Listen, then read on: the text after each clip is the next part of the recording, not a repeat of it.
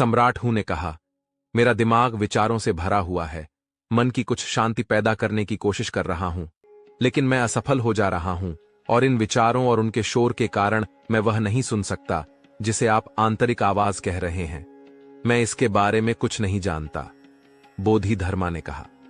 आप ऐसा करिए कि आप सुबह 4 बजे बिना किसी अंगरक्षक के पहाड़ में जो मंदिर है उसमें अकेले आइए, जहां मैं रहने वाला हूं, और मैं आपके मन को हमेशा के लिए शांत कर दूंगा। सम्राट ने सोचा, यह आदमी वास्तव में विचित्र और अपमानजनक है। वह कहीं साधुओं से मिला था। वे इतने विनम्र थे, लेकिन यह भी परवाह नहीं करता कि यह एक महान देश का सम्राट है, और सुबह 4 बजे के अंधेरे में अकेले उसके पास जाना, और यह आदमी खतरनाक मालूम पड़ता है, और वह हमेशा अपने साथ एक बड़ा डंडा लिए रहता है। सम्राट को पूरी रात नींद नहीं आई, जाऊं या फिर ना जाऊं, क्योंकि वह आदमी कुछ भी कर सकता है। वह बिल्कुल अविश्वसनीय लगता है, और दूसरी तरफ उसने अपने दिल की गहराई में उस आदमी की ईमानदारी को महसूस किया कि वह एक पाखंडी नहीं है। उसे जरा भी परवाह नहीं है कि आप सम्राट हैं और वह सिर्फ एक भिखारी है। वह एक सम्राट की तरह व्यवहार करता है, और उसके सामने तुम सिर्फ एक भिखारी हो। और जिस तरह से उसने कहा है, मैं तुम्हारे मन को हमेशा के लिए शांत कर दूंगा। सम्राट ने सोचा, अजीब बात है, क्योंकि मैं पूछता रहा हूं कहीं बुद्धिमान लोगों से जो भारत से आए हैं, और उन सभी ने मुझे विधियां, तकनीकी दी जिनके मैं अभ्यास करता रहा हूं, लेकिन कुछ भी नहीं हो रहा है। और यह साथ ही अजीब है, जो लगभग पागल या नशे में दिखता है, और ऐसी बड़ी बड़ी आंखों वाला एक अजीब चेहरा जो डर पैदा करता है, लेकिन वह ईमानदार भी लगता है। वह एक जंगली घटना है, और यह जोखिम उठाने लायक है। क्या क्या वह कर सकता है? अधिक से अधिक वह मुझे मार सकता है। अंत में बहुत उत्सुकता का विरोध नहीं कर सका, क्योंकि उसे आदमी ने वादा किया था, मैं तुम्हारे दिमाग को हमेशा के लिए शांत कर दूंगा। सम्राट हूं 4 बजे मंदिर पहुंचे, सुबह सुबह अंधेरे में, अकेले, और बौद्ध धर्मा वहां अपनी छड़ी के साथ सीढ़ियों पर खड़े थे। और उन्होंने कहा, मुझे पता था कि आप आएंगे। हालांकि पूरी रात अपने आप से बहस की, जाना है या फिर नहीं जाना है। आप किस तरह के सम्राट हैं? इतने कायर कि गरीब साधु से डर गए। एक गरीब भिखारी जिसके पास इस छड़ी के अलावा दुनिया में कुछ भी नहीं है, और इस छड़ी के साथ ही मैं आपके दिमाग को शांत करने जा रहा हूं।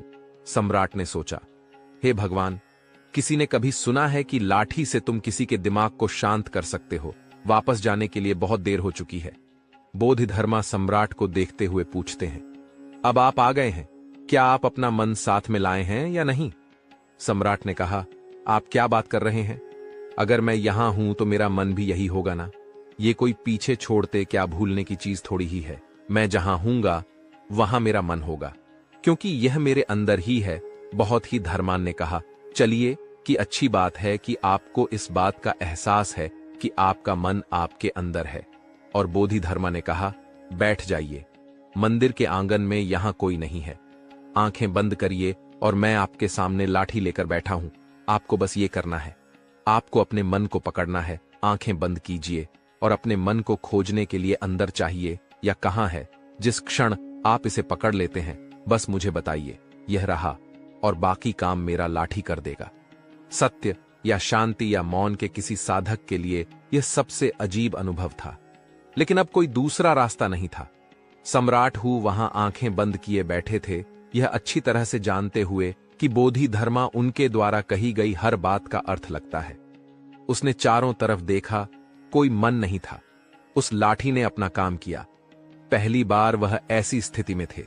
विकल्प यह था, यदि आप दिमाग ढूंढते हैं तो कोई नहीं जानता कि यह आदमी अपने लाठी के साथ क्या करने जा रहा है। और उस शांत पर्वतीय स्थान पर बोधिधर्मा की उपस्थिति में, जिसका अपना करिश्मा है, कई प्रबुद्ध लोग हुए हैं, लेकिन बौद्ध धर्मा अलग अकेले एवरेस्ट की तरह खड़े हैं। उनका प्रत्येक कार्य अद्वितीय और मौलिक है। उनके हर हाव भाव के अपने हस्ताक्षर हैं। या किसी से लिया हुआ नहीं लग रहा था। उसने मन को खोजने की बहुत कोशिश की, और पहली बार उसे मन नहीं मिला। यह एक झूठी रणनीति है। मन का अस्तित्व केवल इसलिए है क्योंकि तुम उसे कभी नहीं खोजते, या केवल इसीलिए मौजूद है क्योंकि आप इसके बारे में कभी नहीं जानते हैं। जब आप इसकी तलाश कर रहे होते हैं, तो आप इसके बारे में जागरूक होते हैं, और जागरूकता निश्चित रूप से इसे पूरी तरह से मार देती है। घंटे बीत गए और शांत पहाड़ों में ठंडी हवा के साथ सूरज उग रहा था। बोधिधर्मा सम्राट हू के चेहरे पर ऐसी शांति, ऐसी चुप्पी देख सकते थे जैसे कि वह कोई मूर्ति हो। उसने उन्हें हिलाया और उनसे पूछा, बहुत समय हो गया, क्या आपने मन पाया? सम्राट हू ने कहा, अपने छड़ी का उपयोग किए बिना आपने मेरे मन को पूरी तरह से शांत कर दिया है। मेरे पास कोई दिमाग नहीं है और मैंने उसे आंतरिक आवाज को सुना है जिसके बारे में अपने बात की थी। अब मुझे पता है कि आपने जो कुछ भी कहा वह सही था। आपने मुझे बिना बदले बदल दिया है। अब मुझे पता है कि प्रत्येक कार्य अपने लिए एक पुरस्कार होना चाहिए, अन्यथा ऐसा मत करो। आपको इनाम देने वाला कौन है? यह एक बचकाना विचार है। आपको सजा देने वाला कौन है? आपका कर्म दंड है और तुम्हारा कर्म तुम्हारा प्रतिफल है। तुम अपने भाग्य के स्वामी हो। बौद्ध धर्म ने कहा, आप एक दुर्लभ शिष्य हैं। मैं आपसे प्यार करता हूं, मैं आपका सम्मान करता हूं। एक सम्राट के रूप में नहीं, बल्कि एक ऐसे व्यक्ति के रूप में जो एक ही बैठक में इतनी जागरूकता, इतना प्रकाश लाने का साहस रखता है कि दिमाग का सारा अंधकार गायब हो जाता है। गौतम बुद्ध के मार्ग पर कोई पुरस्कार नहीं है, क्योंकि इनाम की इच्छा लालची मन से आती है।